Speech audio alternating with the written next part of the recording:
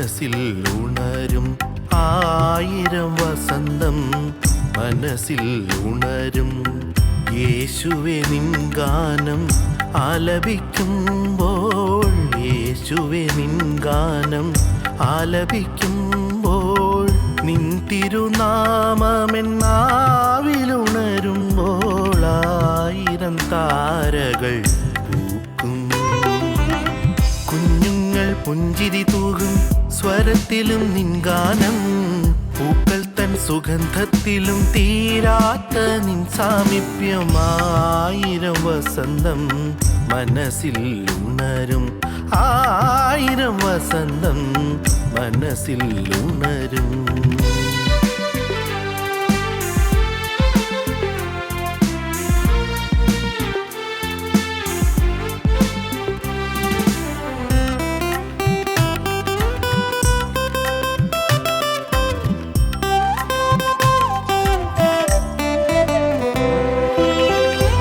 ദുഃഖമറിയും മാനുഷർ നിൻമുഖം കാൺമാൻ കൊതിപ്പൂ, നിൻ ദുഃഖമറിയും മാനുഷർ നിൻമുഖം കാൺമാൻ കൊതിപ്പൂ. നിന്നെ അറിയുന്നോരാരും ഈ ഉലകിൽ ആനന്ദം നേടാതടങ്ങുകില്ല. നിന്നെ അറിയുന്നോരാരും ഈ ഉലകിൽ ആനന്ദം നേടാതടങ്ങുകില്ല, ആനന്ദം നേടാതടങ്ങുകില്ല. ആയിരം വസന്തം മനസ്സിൽ ഉണരും, ആയിരം വസന്തം മനസ്സിൽ ഉണരും.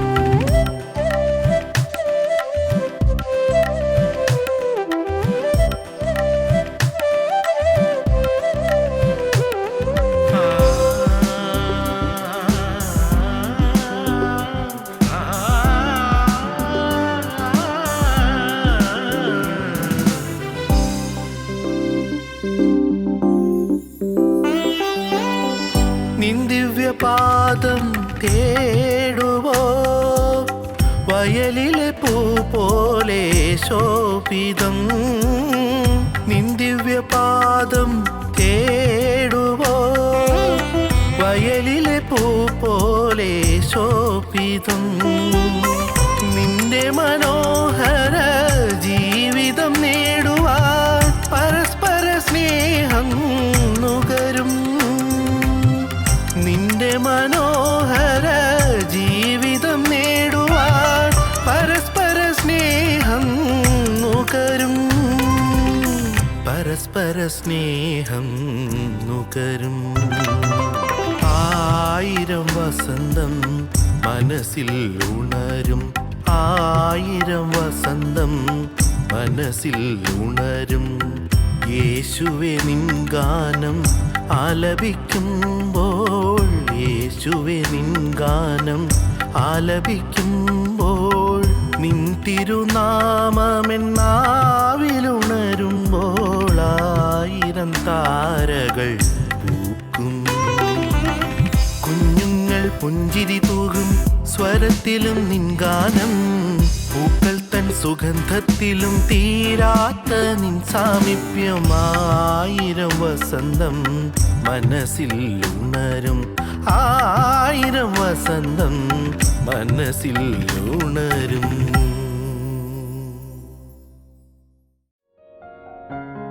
ഞങ്ങളും ക്രൂശിക്കപ്പെട്ട ക്രിസ്തുവിനെ പ്രസംഗിക്കുന്നു.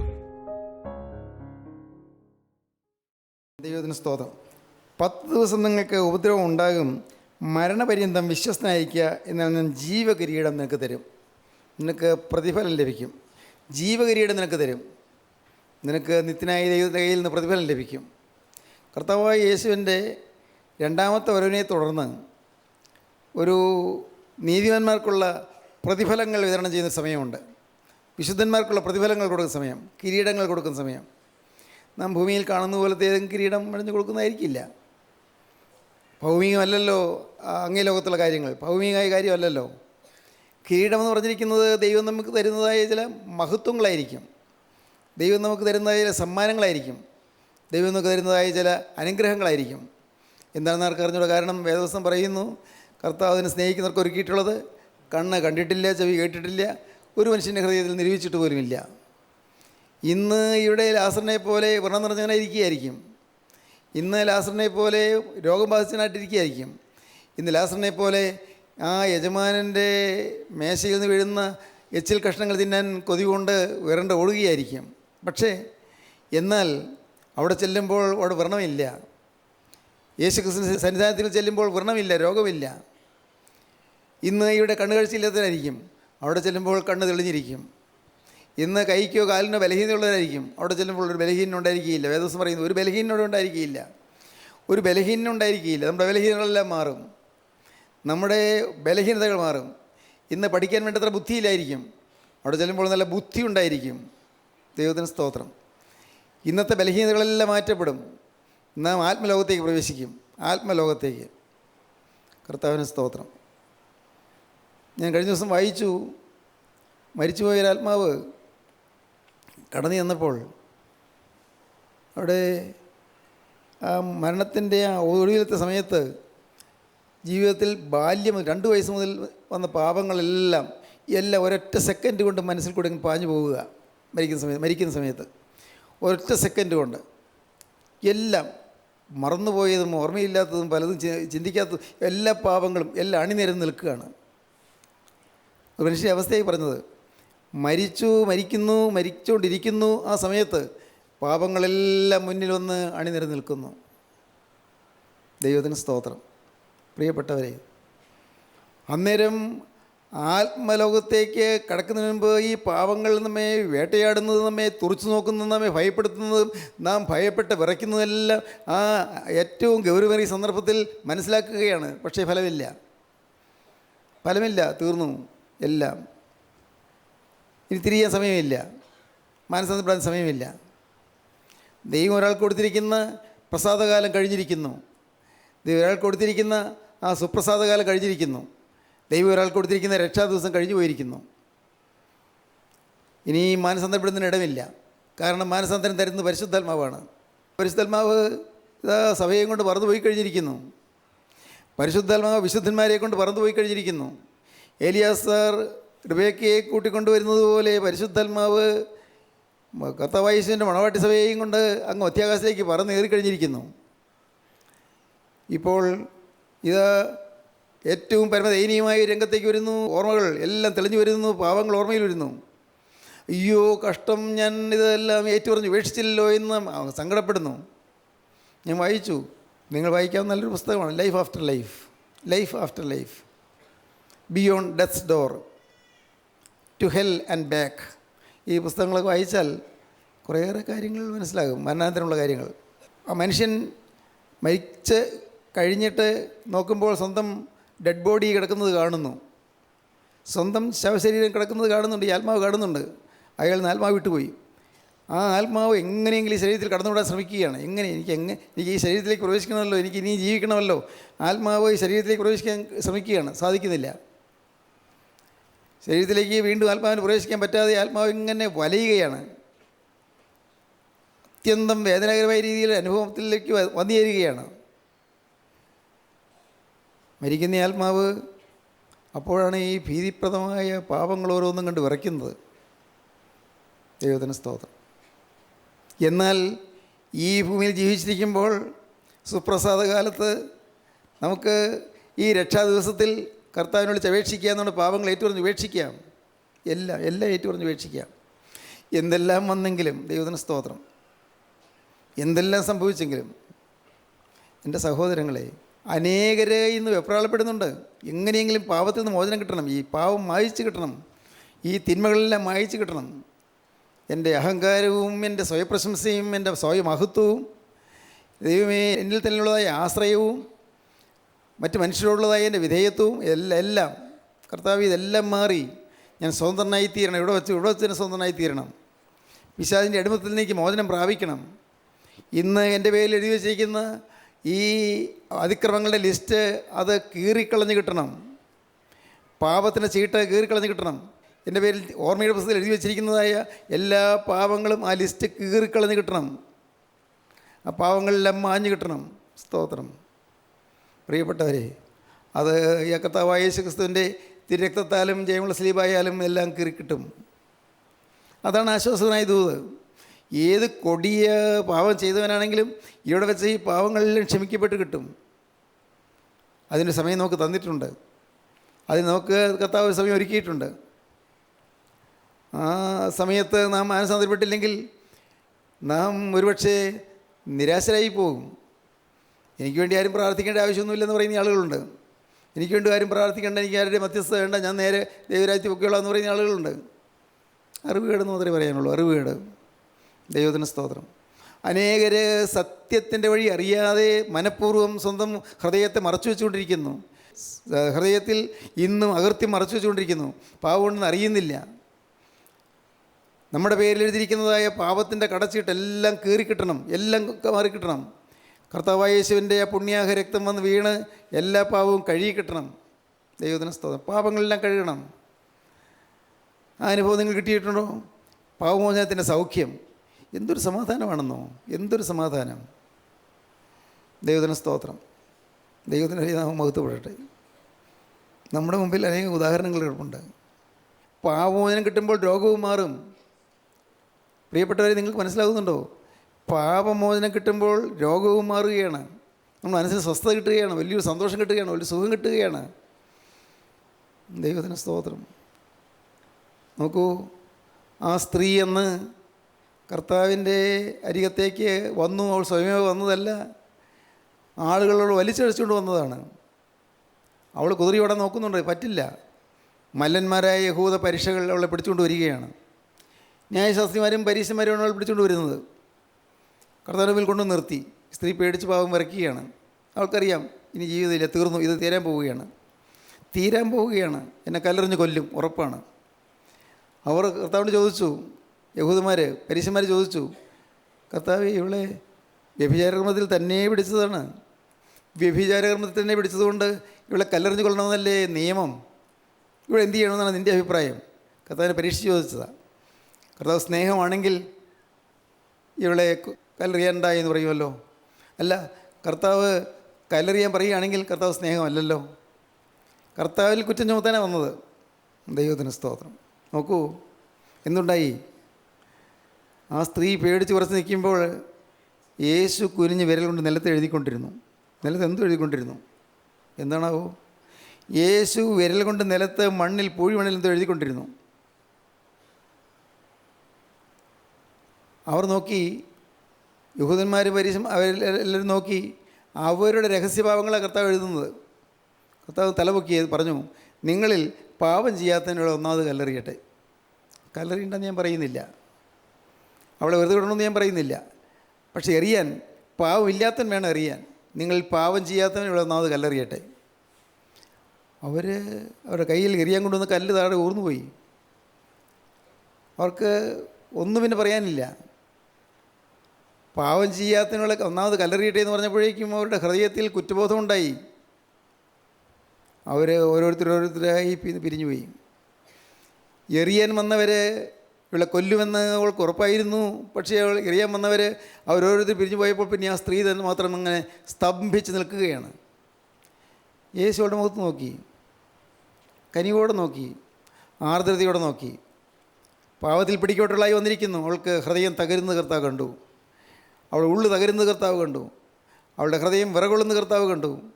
ഹൃദയം കാണുന്ന ക്രിസ്തു അവളുടെ ഹൃദയത്തിൽ പാപത്തോടുള്ളതായ ആ ഒരു വലിയ വിരക്തി വരുന്നത് കർത്താവ് കണ്ടു. പാവം വേണ്ട എന്ന് വയ്ക്കുന്ന ഒരു ഹൃദയത്തിൻ്റെ അഗാധമായ ചിന്ത അവളുടെ ഹൃദയത്തിൽ മുട്ടിട്ട് വരുന്ന കർത്താവ് കണ്ടു. കർത്താവ് തലവൊക്കി. ആ സ്ത്രീ സ്തംഭിച്ച് നോക്കത്താൻ നേരെ നോക്കി നിൽക്കുകയാണ്. കർത്താവ് പറഞ്ഞു, സ്ത്രീയെ, നിനക്കാരും ശിക്ഷ വിധിച്ചില്ലയോ?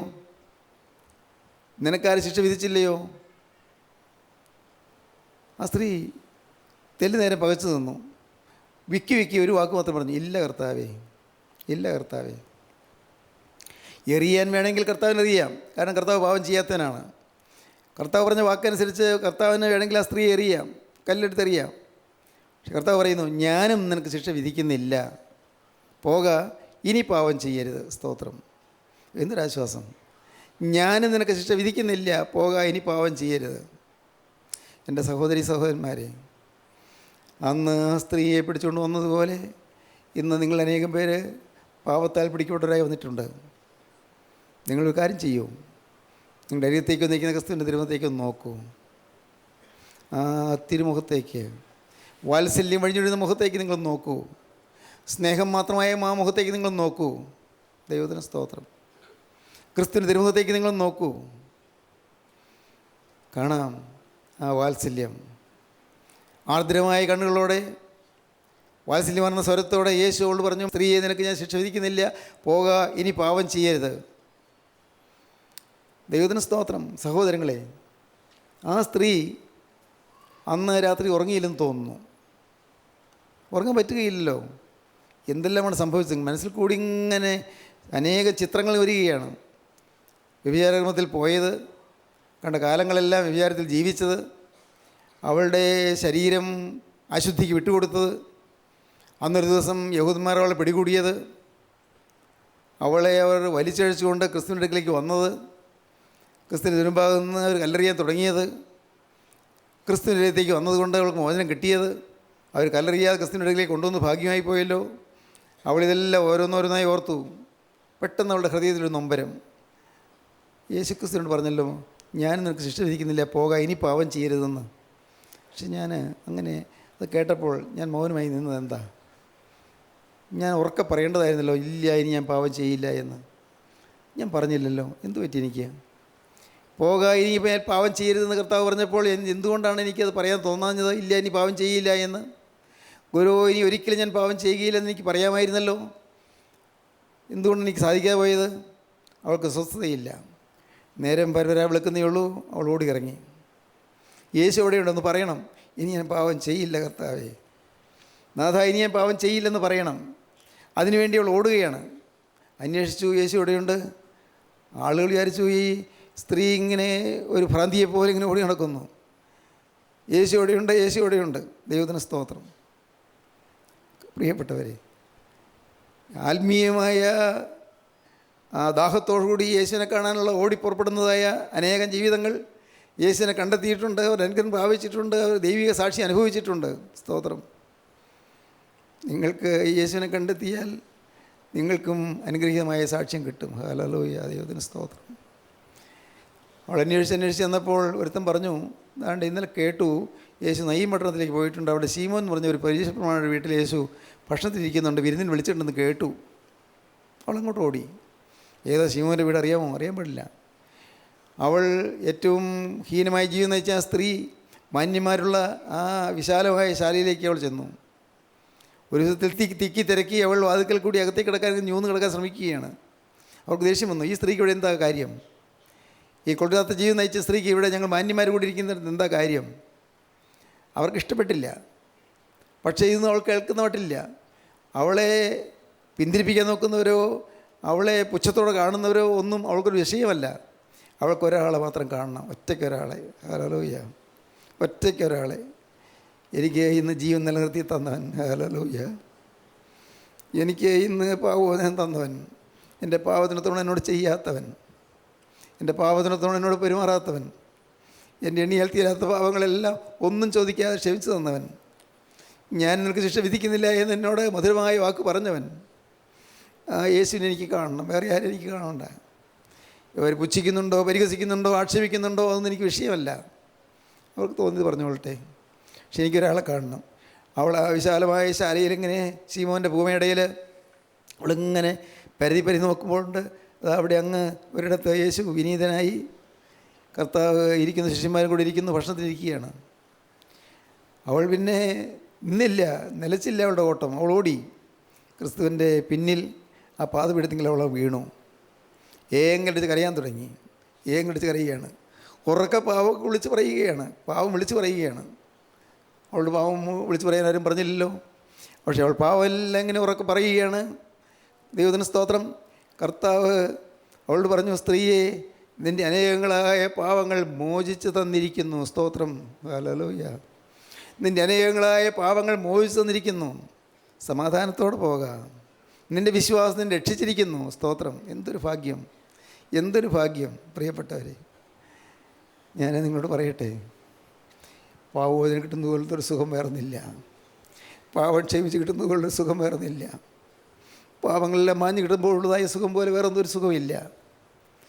ജീവിതത്തിലെ പരീക്ഷത്വം മാറുന്നു, ജീവിതത്തിലെ അഹങ്കാരം മാറുന്നു, ജീവിതത്തിലെ ആത്മീയമായ പൊങ്ങച്ചം മാറുന്നു, ആത്മീയമായ അവകാശവാദങ്ങൾ മാറുന്നു, എല്ലാം മാറുന്നു. യേശു ക്രിസ്തുവിന് മുമ്പിൽ വിനയപ്പെടുന്നു. സ്തോത്രം. ക്രിസ്തു അനുഗ്രഹിക്കുന്നു. ഈ സൗഭാഗ്യം നിങ്ങൾക്ക് വേണമോ പ്രിയപ്പെട്ടവരെ? വേണമോ നിങ്ങൾക്ക് ഈ പാപമോചനത്തിൻ്റെ സൗഭാഗ്യം, പാപമോചനത്തിൻ്റെ സുഖം നിങ്ങൾക്ക് വേണമോ? പാപമോചനത്തിൻ്റെ ഒരു സൗഖ്യമുണ്ട്. ഹല്ലേലൂയ, ദൈവത്തിന് സ്തോത്രം. പാപം ക്ഷമിച്ച് കിട്ടുമ്പോഴൊരു അത്യാനന്ദമുണ്ട്. അതാണ് നിർവ്വാണം എന്നൊക്കെ പറയും. നിർവ്വാണം, അത് നിർവൃതി എന്ന് പറയുന്നത്, അതാണ് മോക്ഷം എന്ന് പറയുന്നത്, അതാണ് മുക്തി എന്ന് പറയുന്നത്. സ്തോത്രം, ദൈവത്തിന് സ്തോത്രം. ഈ മുക്തി എന്ന് അനുഭവിച്ച് കഴിയുമ്പോഴാണ് ഇന്ന് ഹൈന്ദവ പണ്ഡിതന്മാർ പറയുന്ന പോലത്തെ അദ്വൈതമായിത്തീരുന്നു. അദ്വൈതം രണ്ടല്ല, ഒന്നായിത്തീരുന്നു. സ്തോത്രം. പരമാത്മാവും ജീവാത്മാവും ഒന്നായിത്തീരുന്നു. ക്രിസ്തുവിൽ നാം ലയിച്ചു ചേരുന്നു. സ്തോത്രം. എൻ്റെ കർത്താവേ, ഈ ഭാഗ്യകരമായ അനുഭവം ഞങ്ങൾക്ക് തരണമേ. ഹല്ലേലൂയ. ഈ ഭാഗ്യകരമായ അനുഭവത്തേക്ക് നിങ്ങൾ ഓരോരുത്തരും വരണമേ. പാപങ്ങളെ ക്ഷമിച്ച് കിട്ടുന്ന മഹാഭാഗ്യം, ഹൃദയത്തിൽ തകർന്നു പൊടിയുന്നൊരനുഭവം, ഹൃദയം പൊട്ടിക്കരയുന്നൊരനുഭവം. ദൈവത്തിന് സ്തോത്രം. ഞാൻ ഏതുമില്ല എന്ന് തിരിച്ചറിയുമ്പോഴുള്ളതായ ആ ഹൃദയത്തിൻ്റെ മൃദുലമായ ഭാവം. സ്തോത്രം. എൻ്റെ യേശുവേ, ഞാൻ ആരുമല്ല, ഞാൻ ഒന്നുമല്ല എന്നറിയുന്ന ഒരു ഭാവം, എനിക്കൊരു വിലയുമില്ല എന്നറിയുന്ന ഭാവം. കർത്താവേ, ഞാൻ വിലകെട്ടവനാണ്, എന്നാൽ നീ എന്നെ വിലയുള്ളവനാക്കി തീർത്തല്ലോ എന്നുള്ള നന്ദി. സ്തോത്രം. കർത്താവേ, ഞാൻ എല്ലാവരും തള്ളപ്പെട്ടവനാണ്, എല്ലാവരും തള്ളപ്പെട്ടു, പക്ഷേ നീ എന്നെ തള്ളിയില്ലല്ലോ എന്നുള്ള നന്ദി. ഹല്ലേലൂയ. എൻ്റെ പ്രിയപ്പെട്ടവരെ, ജീവനുള്ള ദൈവം നിങ്ങളെ സമീപിക്കുകയാണ്. കർത്താവായ യേശു നിങ്ങളുടെ അരികിലേക്ക് വരികയാണ്. അവൻ നിങ്ങളോട് കെഞ്ചി ചോദിക്കുകയാണ്, മോനെ, നിനക്ക് പാപമോചനം വേണമോ? മോളെ, നിന്നെ ബന്ധിച്ചിരിക്കുന്ന പിശാചിൻ്റെ ഉരുക്കുമുഷ്ടിയിൽ നിനക്ക് മോചനം നേടണമോ? സാത്താൻ്റെ ഉരുക്കുമുഷ്ടിയിൽപ്പെട്ട് വിടയുന്നവനെ, നിനക്ക് നീ മോചനം വേണമോ? സാത്താൻ്റെ വലയിൽ നിന്ന് വിടുവിക്കുവാൻ ഞാൻ ഇതാ വന്നിരിക്കുന്നു. നിൻ്റെ ബന്ധനത്തിൽ നിന്ന് അഴിച്ചുവിട്ട് നിന്നെ സ്വതന്ത്രനാക്കാൻ ഞാൻ വന്നിരിക്കുന്നു. നിനക്ക് ഈ സ്വാതന്ത്ര്യം വേണമോ? ഹല്ലേലൂയ, ദൈവത്തിന് സ്തോത്രം. ആത്മാവിൻ്റെ സ്വാതന്ത്ര്യം. ഹല്ലേലൂയ. ആത്മാവിൻ്റെ സ്വസ്ഥത. എൻ്റെ ദൈവമേ, ആത്മാവിൻ്റെ സമാധാനം. ഹല്ലേലൂയ. പാപമോചനത്തിൻ്റെ സൗഖ്യം. ദൈവത്തിന് സ്തോത്രം. ക്രിസ്തുവിൽ ലയിച്ച് നിൽക്കുന്നതായ അനുഭവം, ക്രിസ്തുവിൽ നിറഞ്ഞു നിൽക്കുന്നതായ അനുഭവം. എൻ്റെ ദൈവത്തിന് സ്തോത്രം. ക്രിസ്തുവിൽ നിറഞ്ഞു നിൽക്കുന്നതായ അനുഭവമുണ്ട്. പ്രിയപ്പെട്ടവരെ, ആ ഭാഗ്യകരമായ അനുഭവത്തിലേക്കാണ് കർത്താവ് നിങ്ങൾ ക്ഷണിക്കുന്നത്. ദൈവത്തിന് സ്തോത്രം. നിങ്ങൾ ഓടി വരുമോ ക്രിസ്തുവിൻ്റെ വാതിലിടത്തിലേക്ക്? ഓടി അണയുമോ ക്രിസ്തുവിൻ്റെ വാതിലിടത്തിലേക്ക്? ദൈവത്തിന് സ്തോത്രം. അതിന് നിങ്ങൾ സഭ മാറണ്ട പ്രിയപ്പെട്ടവരെ, സമുദായം മാറണ്ട, വേറെ ഒന്നും വേണ്ട. 10 പൈസയും നിങ്ങൾ മുടക്കണ്ട. ദൈവത്തിന് സ്തോത്രം. 10 പൈസയും നിങ്ങൾ സംഭാവന കൊടുക്കണ്ട. ആകെ ചെയ്യേണ്ടത് ഒന്ന് മാത്രം. ആകെ, യേശുവേ, ഞാൻ ഇതാ ഒരു പാവിയായ മനുഷ്യൻ, ഞാൻ ഇതാ തിരുമുൻപാകെ വന്നിരിക്കുന്നു. ഞാൻ ഈ ഭൂമിയിൽ നിന്ന് കടന്നു പോകുന്നതിന് മുൻപ് ഇന്ന് തന്നെ എൻ്റെ മേലുള്ള പാപത്തിൻ്റെ ചീട്ടെല്ലാം കീറിക്കളയണമേ, പാവക്കറെല്ലാം കഴുകിക്കളയണമേ, തിരക്തത്താൽ എന്നെ ശുദ്ധീകരിക്കണമേ. ഞാൻ അറിഞ്ഞോ അറിയാതെയോ ഞാൻ പലർക്കും ദ്രോഹം ചെയ്തു പോയിട്ടുണ്ട്. അറിഞ്ഞോ അറിയാതെയോ പലരും ഞാൻ വേദനിപ്പിച്ചിട്ടുണ്ട്. ഞാൻ എൻ്റെ വീട്ടിൽ തന്നെ പലർക്കും വേദന വരുത്തിയിട്ടുണ്ട്. എൻ്റെ കർത്താവേ, എൻ്റെ തെറ്റുകൾ അനേകങ്ങളായ തെറ്റുകൾ എനിക്ക് സംഭവിച്ചു പോയത്. ദാദാ, ഇപ്പോൾ നിൻ്റെ ആണിപ്പാളുടെ കരൻ്റെ നേരെ നീട്ടി എന്നെ ഒന്ന് തൊടണമേ, എന്നെ അനുഗ്രഹിക്കണമേ, എൻ്റെ മേൽ നിൽക്കരം വെച്ച് എന്നെ ആശീർവദിക്കണമേ. ഹല്ലേലൂയ.